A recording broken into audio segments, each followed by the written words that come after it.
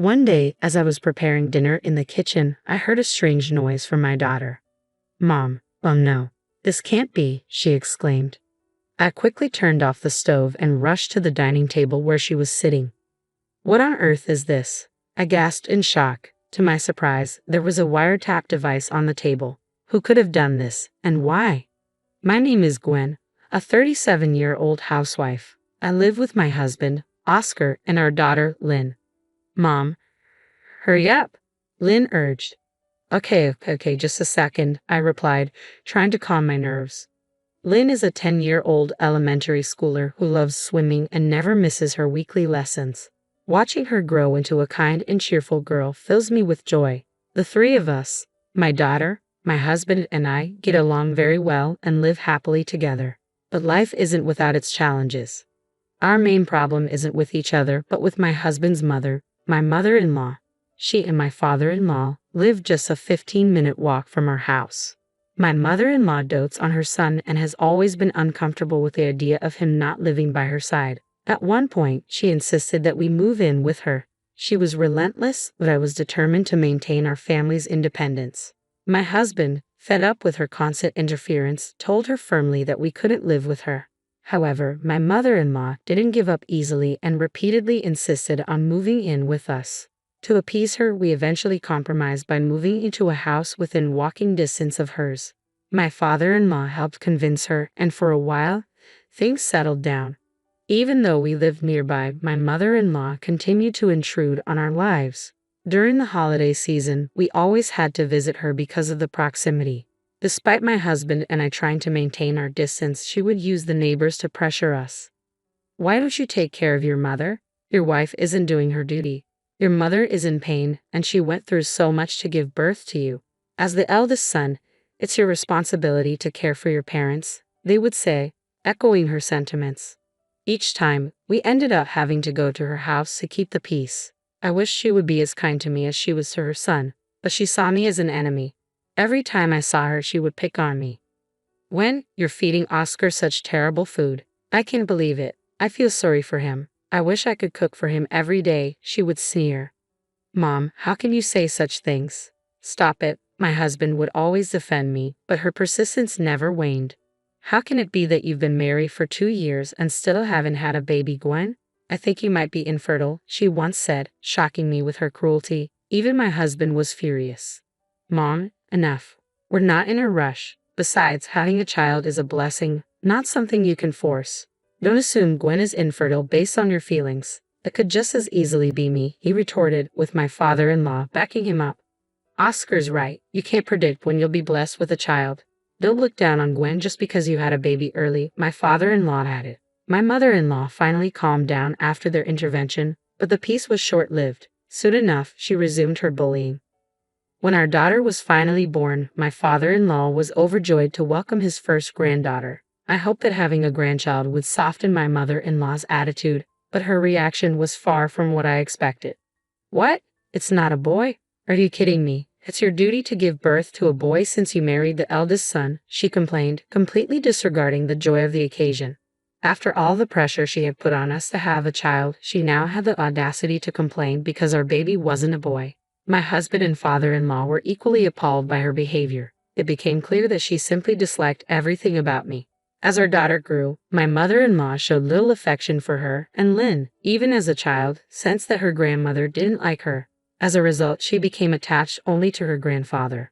Seeing this, my mother-in-law's anger grew, and she began to treat both my daughter and me even worse. Despite Lynn being her son's child, my mother-in-law criticized her character, saying, "Even though she's Oscar's daughter, she's not of good character."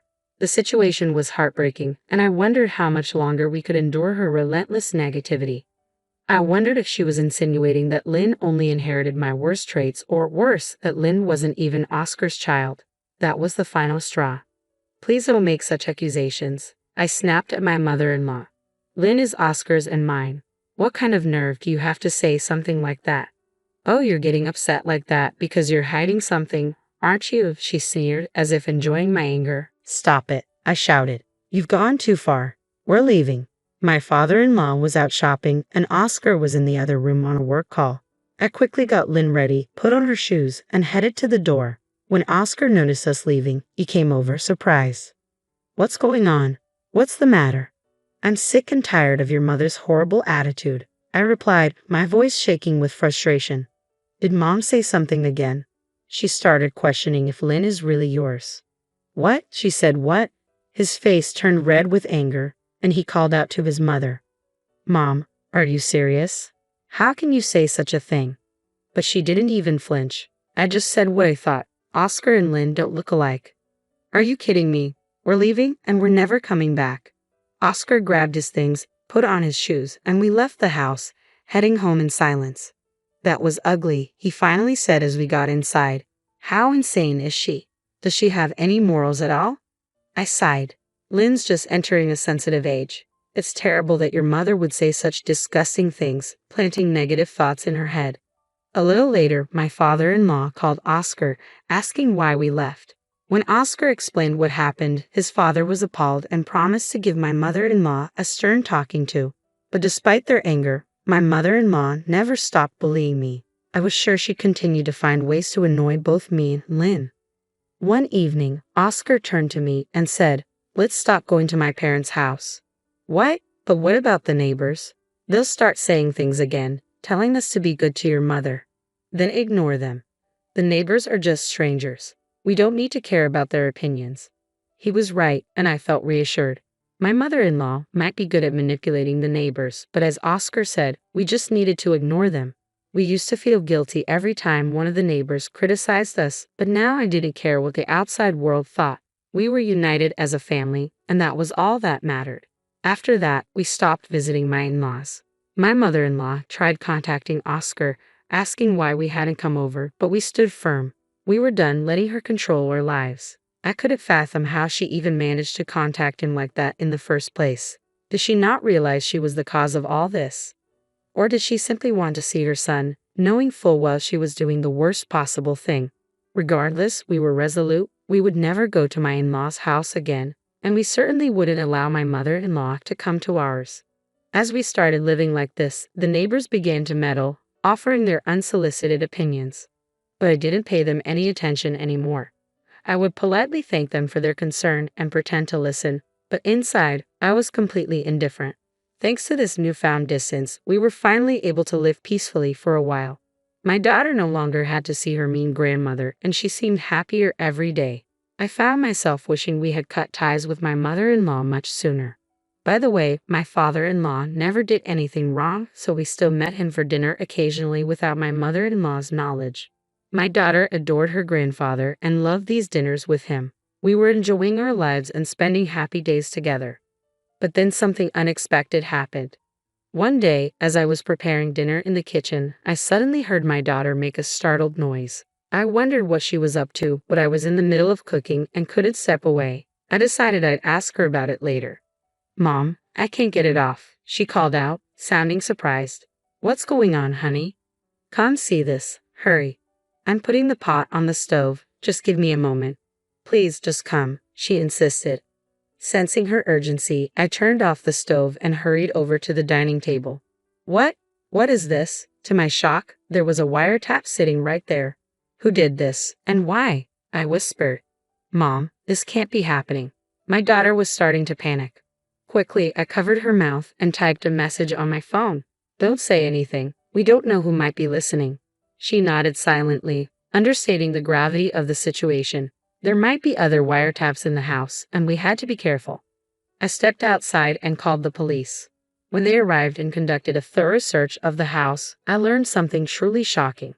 They found one wiretap under the dining room table, another in our bedroom, and yet another in my daughter's room. We were horrified. We had no idea how long this had been going on, but someone had been eavesdropping on our private conversations at home. The police explained that the placement of the devices suggested it wasn't the work of an amateur. They warned us that now that the bugs had been discovered and removed, the person responsible might come back to check on them. The police advised us to be very careful and assured us they would increase patrols in the neighborhood. My husband had just left on a business trip that day and wouldn't be back for a while. Given the circumstances, it wasn't safe for my daughter and me to stay in the house alone. We decided to stay at my parents' house until my husband returned. I didn't want to alarm my husband while he was on his business trip, as it might distract him and cause unnecessary worry. I decided it was best to wait until he got home to tell him what had happened. My parents were deeply concerned when they heard that our house had been bugged. They were furious that someone would do something so vile and insisted that whoever was responsible needed to be caught as soon as possible. My daughter was also very upset and scared. "Mommy, I forgot my stuffed bunny," she said, her voice trembling. "Oh, you did," I replied gently, noticing how close she was to tears. She always slept with that big stuffed rabbit as her pillow, and in her current frightened state, there was no way she'd be able to sleep without it. Seeing her distress, my father immediately suggested we should go and get it for her. "I'll go with you," I agreed. "Thanks, Dad," I said, grateful for his support. Together, my father and I returned to the house. We were both on edge, aware that someone could be lurking around. Moving cautiously, we entered the house and retrieved the stuffed animal from my daughter's room. Just as we were about to leave, we suddenly heard the front door unlock. My father and I froze, covering our mouths to stifle any sound. Footsteps echoed down the hallway, and my heart raced so fast I thought it might burst. My father stood protectively at the entrance to my daughter's room, his eyes fixed on the hallway. The footsteps passed by us and headed into the living room. It became clear that the intruder was likely there to retrieve the bug from the dining room table. My father and I exchanged a look. We needed to get out while we still could. Quietly, he opened the door and peeked into the dining room. "What? Oh my God," my father whispered in shock, his eyes widening in disbelief. I whispered angrily to my father, "Dad, don't make a sound." He turned to me with a puzzled expression and asked, "Is that Oscar?" "What?" I whispered back, shocked by his words. Unable to contain my curiosity, I slowly opened the door and peeked into the living room. To my astonishment, there was my husband checking under the dining table. I couldn't comprehend what was happening. Why was my husband at home when he was supposed to be on a business trip? And why was he examining the spot where the bug had been found? "What are you doing?" I asked, stepping into the room. He froze, startled, and then turned to me with wide eyes. "What are you doing here?" he stammered. "That's my question," I shot back, my voice trembling with confusion and anger. "I thought you were on a business trip. What's going on here, Oscar?" He started to stammer. "Oh no, it's just that." Before he could finish, the front door opened, and we heard a high-pitched, familiar voice. "Oscar, did you recover the listening device?" It was my mother-in-law. "Mom," Oscar began, but then he noticed her shocked expression as she finally realized we were standing there. "Why? What's going on?" I demanded, slowly piecing the situation together. "Oscar, you did this with your mother? You bugged our house?" Seeing no way out, my husband's shoulders slumped as he began to explain. Because you're having an affair, aren't you?" "What?" I was utterly baffled. "What are you talking about?" "The neighbors. They said they saw you with some guy walking around, letting him into our house during the day, and even going into a restaurant together." I stared at him in disbelief. "What are you saying? I have no idea what you're talking about." "I kept getting reports of your supposed affair from different people, and I started to think you were being unfaithful," he admitted, his voice cracking. "Mom even said that Lynn and I don't look alike, so I talked to her about it. She convinced me to bug the house to get evidence of the affair. So I did it, and when the wiretap suddenly stopped transmitting on the day I said I was going on a business trip, I thought something was wrong, so I rushed back to check on it." My mind reeled as his words sunk in. I felt like I'd been punched in the gut. "Unbelievable," I muttered, feeling a surge of anger. "You did all of this because you believed baseless rumors? You let your mother manipulate you into thinking I was cheating on you? But when you keep hearing something like that, you start to believe it, don't you?" He tried to justify. "Don't be ridiculous," I snapped. "Do you really think I would do such a thing? If you can't trust me, why did you just hire a private detective or something? And if you doubt that Lynn is your daughter, why not just do a DNA test instead of this insane behavior?" Oscar's face crumpled as he realized the gravity of his mistake. "I'm sorry. I was wrong. I did terrible things to you. Please forgive me." But it was too late. I shook my head, tears of frustration welling up in my eyes. "It's too late to apologize. I can't do this anymore. Let's get a divorce." "No, please," he begged, desperation in his voice. "I was wrong. We're a family, right? Let's stay together as a family." "That's enough," I said coldly. I'm so disappointed in you. I can't stay married to someone who so easily believes rumors. Just then, my mother-in-law interjected with a spiteful tone. Oscar, aren't you glad you're getting rid of this woman? I'm sure she's having an affair, even if she's hiding it. You should get rid of this woman and her daughter once and for all and find someone new, my mother-in-law spat out, even in the middle of such a tense situation. Before I could respond, my father stepped in, shielding me. Why would the neighbors lie like that? Did someone make them say it? What do you think? He stared intently at my mother-in-law. She flinched but quickly retorted, I don't know. Why should I know? My father didn't back down. If this is all based on lies, then it's a serious issue. My daughter could sue the neighbors for slander. That's right, he continued. Because of the neighbors' rumors, Gwen and Oscar's marriage is falling apart. Should we start telling them now that we're going to sue? My mother-in-law instantly panicked. That's too much. They were probably just joking. My father pressed on. A joke? That's even worse. They should be held accountable. Why not? You can't do that, she protested, her voice shaky. Why not? My daughter is being falsely accused of infidelity. People who spread lies like that should be punished, my father declared. He then turned to me. Gwen, let's go. I nodded, slipping on my shoes and heading for the door. But just as we were about to leave, my mother-in-law broke down, tears streaming down her face. It's me. I told her neighbors to give Oscar false information. I stopped in my tracks, shocked. I took off my shoes and turned back to face her. Is that true? She nodded, still on her knees. Yes. I thought that if Oscar divorced you for having an affair, he'd come back to live with me. Oscar's eyes widened in disbelief, and then his face twisted in anger. Mom, you've got to be kidding me. What were you thinking? Don't you feel ashamed? He turned to me. Gwen, I had nothing to do with this. It's all her. But I met his gaze coldly. No, Oscar, you're the one who bugged our house. I don't trust you anymore. Lynn and I are done with you. I'm divorcing you. With that, I left the house with my father, leaving both my husband and mother-in-law slumped on the floor, their faces pale with shock. Later, I went straight to my lawyer to begin divorce proceedings. I also confronted the neighbors, offering them a deal. In exchange for not suing them, they had to tell me every detail of what my mother-in-law had asked them to do. They confessed everything, confirming that she had orchestrated the entire scheme. As a result, the court accepted my claim, and I was awarded alimony and child support. My mother-in-law's actions even led to her own downfall. Her husband divorced her and kicked her out of the house. She tried to cling to Oscar, but he wanted nothing to do with her after realizing she had caused our divorce. Now, she's living alone in a small apartment, working part-time to make ends meet.